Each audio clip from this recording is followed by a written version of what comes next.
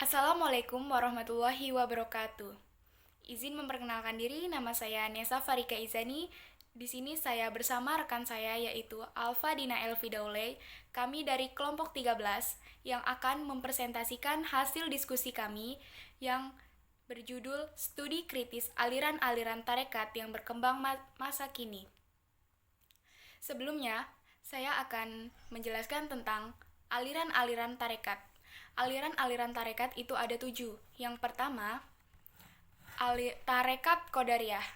Tarekat Qadariyah didirikan oleh Syekh Abdul Qadir Jailani yang bernama lengkap Muhyi al-Din Abu Muhammad Abdul Qadir Ibnu Abi Sholih Zangodos al-Jailani. Lahir di Zilan tahun 470 Hijriah atau 1077 Masehi dan wafat di Baghdad pada 561 Hijriah atau 1166 Masehi. Dalam usia 8 tahun, ia sudah meninggalkan Jilan menuju Baghdad pada tahun 488 Hijriah atau 1095 Masehi karena tidak diterima belajar di Madrasah Nizamiyah Baghdad yang waktu itu dipimpin Ahmad Al-Ghazali yang menggantikan saudaranya Abu Hamid Al-Ghazali.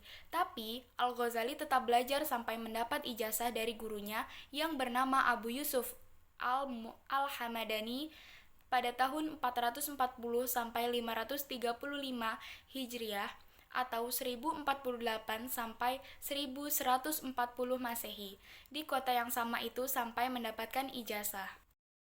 Aliran yang kedua yaitu aliran Tarekat Rifaiyah. Tarekat Rifaiyah adalah tarekat yang didirikan oleh Ahmad bin Ali Abu al-Abbas Ar-Rifai pada tahun 578 Hijriah atau 1182 Masehi. Biasa dikenal dengan Syekh Rifai dari Turki yang wafat di Abidah pada tanggal 22 Jumadil Awal tahun 578 Hijriah. Tarekat Rifaiyah banyak tersebar di daerah Aceh, Jawa, Sumatera Barat, Sulawesi, dan daerah-daerah lainnya. Tarekat Rifaiyah lebih mengutamakan ajaran zuhud untuk mencapai ridho Allah Subhanahu wa taala. Ada beberapa ciri-ciri ajaran Ahmad Al-Rifai. Yang pertama, status sufi tradisional atau disebut juga muqomat. Yang kedua, kesalehan atau disebut waro. Yang ketiga, ibadah atau yang disebut ta'abud. Yang keempat, cinta disebut mahabbah. Dan 5, keesaan yang disebut tauhid. Yang terakhir, penggunaan tabuhan rabana dalam wiridnya yang diikuti dengan tarian dan permainan debus, seperti menikam diri dengan sepotong senjata tajam yang diiringi dengan zikir-zikir tertentu. Selanjutnya yang ketiga, Tarekat Tijaniyah. Tarekat Tijaniyah adalah salah satu dari gerakan tarekat yang didirikan oleh Syekh Abdul Abbas Ahmad At-Tijani pada tahun 1737 sampai 1815 yang bernama asli Ahmad bin Muhammad bin Al-Mukhtar At-Tijani. Ia memulai tarekat ini di Wadi Busemhon, Provinsi El Bayat, Aljazair yang terletak tak jauh dari kota asalnya di Ain Madi, Provinsi Logod Aljazair. Kemudian ia pindah karena adanya serangan dari pasukan Osman Bey, gubernur kota Oran di bawah pemerintahan Turki Utsmaniyah. Sejak dimulai pada tahun 1787, pengikutnya banyak tersebar di Maroko, Aljazair, Tunisia, Mesir, Palestina, Sudan, Mauritania, Senegal, dan Nigeria. Ciri dari gerakan ini ialah karena penolakannya terhadap di sisi ekstatik dan metafisik sufisme dan lebih menyukai pengalaman secara ketat, ketentuan-ketentuan syariat, dan berupaya sekuat tenaga untuk menyatu dengan ruh Nabi Muhammad SAW sebagai ganti untuk menyatu dengan Tuhan. Yang keempat, ada Tarekat Haddadiyah. Tarekat ini didirikan oleh Syekh Abdullah bin Alwi bin Muhammad Al-Haddad Beliau merupakan pencipta Rotibul Hadat, zikir yang menjadi ikon dari tarekat ini.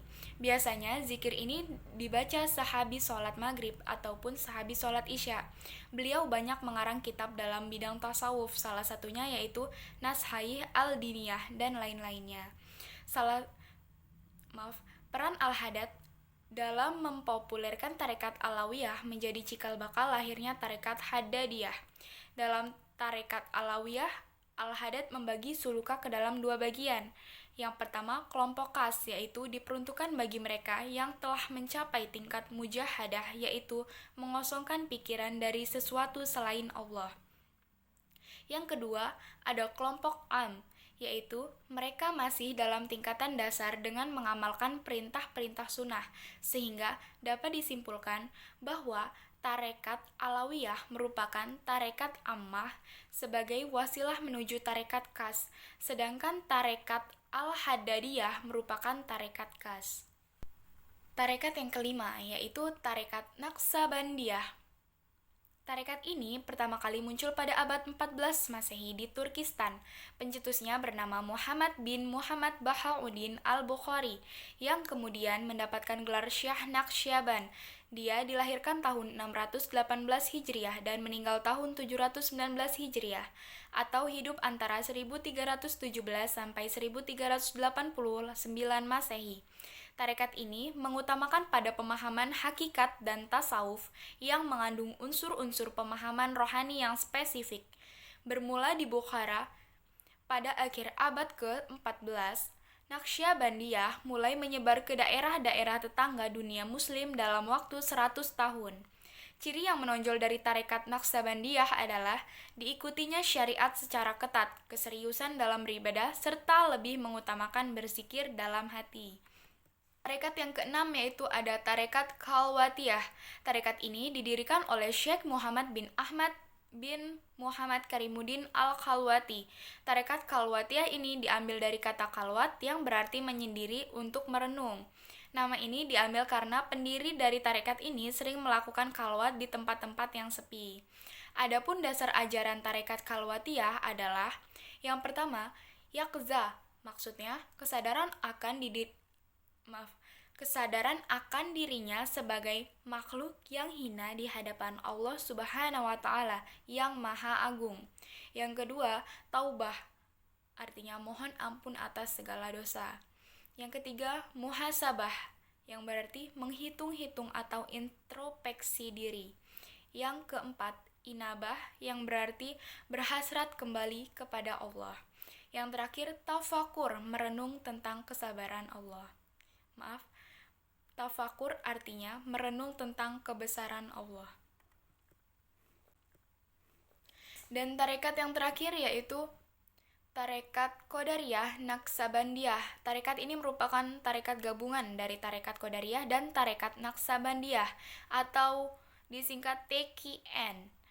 Tarekat Qadariyah Naqsabandiyah yang terdapat di Indonesia bukanlah hanya merupakan suatu penggabungan dari dua tarekat yang berbeda yang diamalkan bersama-sama. Tarekat ini lebih merupakan sebuah tarekat yang baru dan berdiri yang di dalamnya unsur-unsur.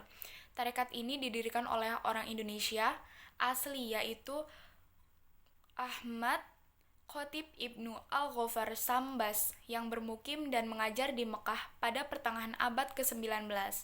Bila dilihat dari perkembangannya, tarekat ini bisa juga disebut tarekat Sambasiyah, tapi nampaknya Syekh Al-Khotib tidak menamakan tarekatnya dengan namanya sendiri, berbeda dengan guru-gurunya yang lain yang memberikan nama tarekatnya sesuai dengan nama pengembangannya.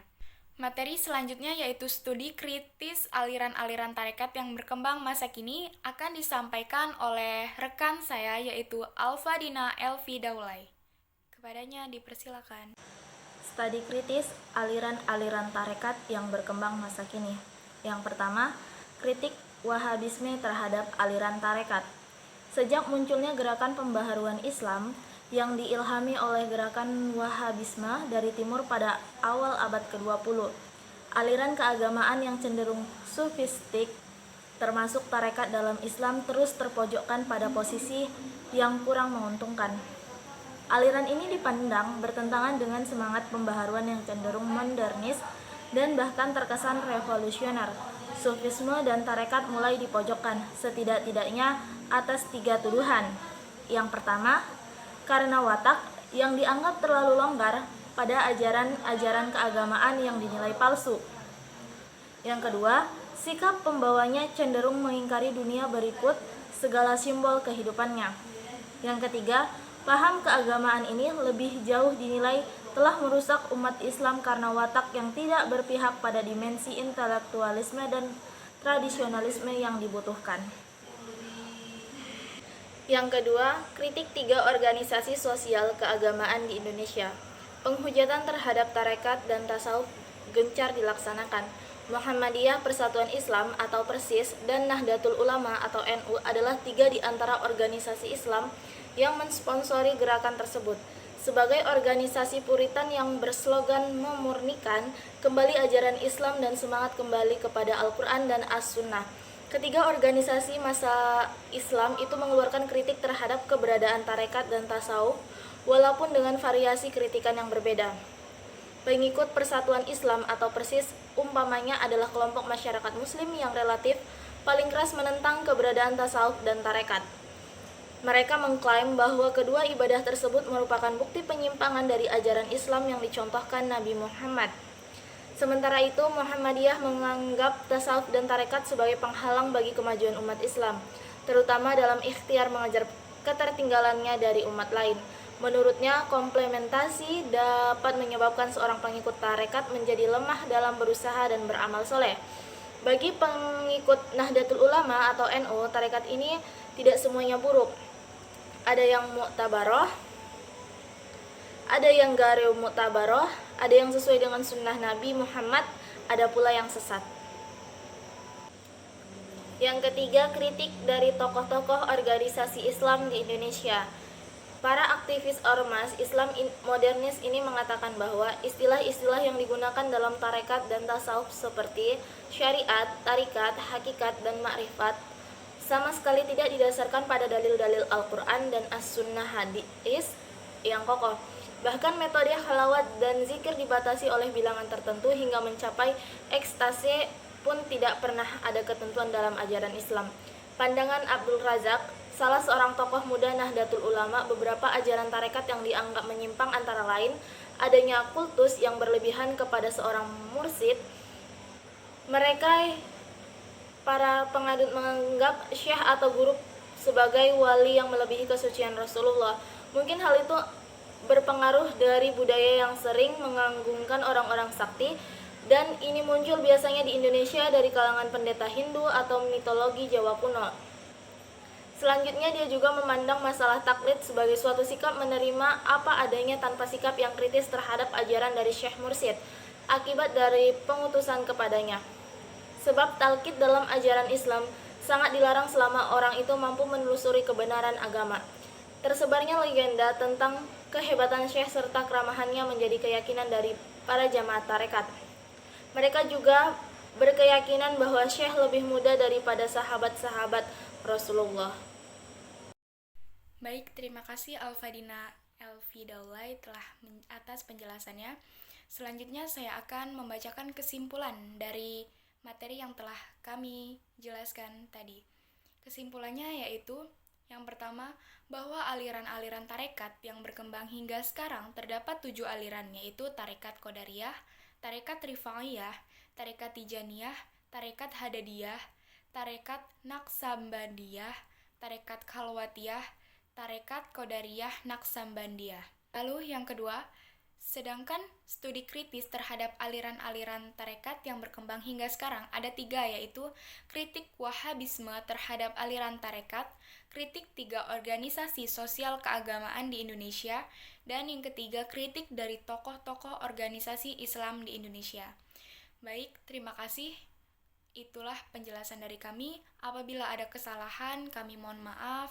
Dan kepada Allah kami mohon ampun. Wabillahi taufiq wal hidayah. Wassalamualaikum warahmatullahi wabarakatuh.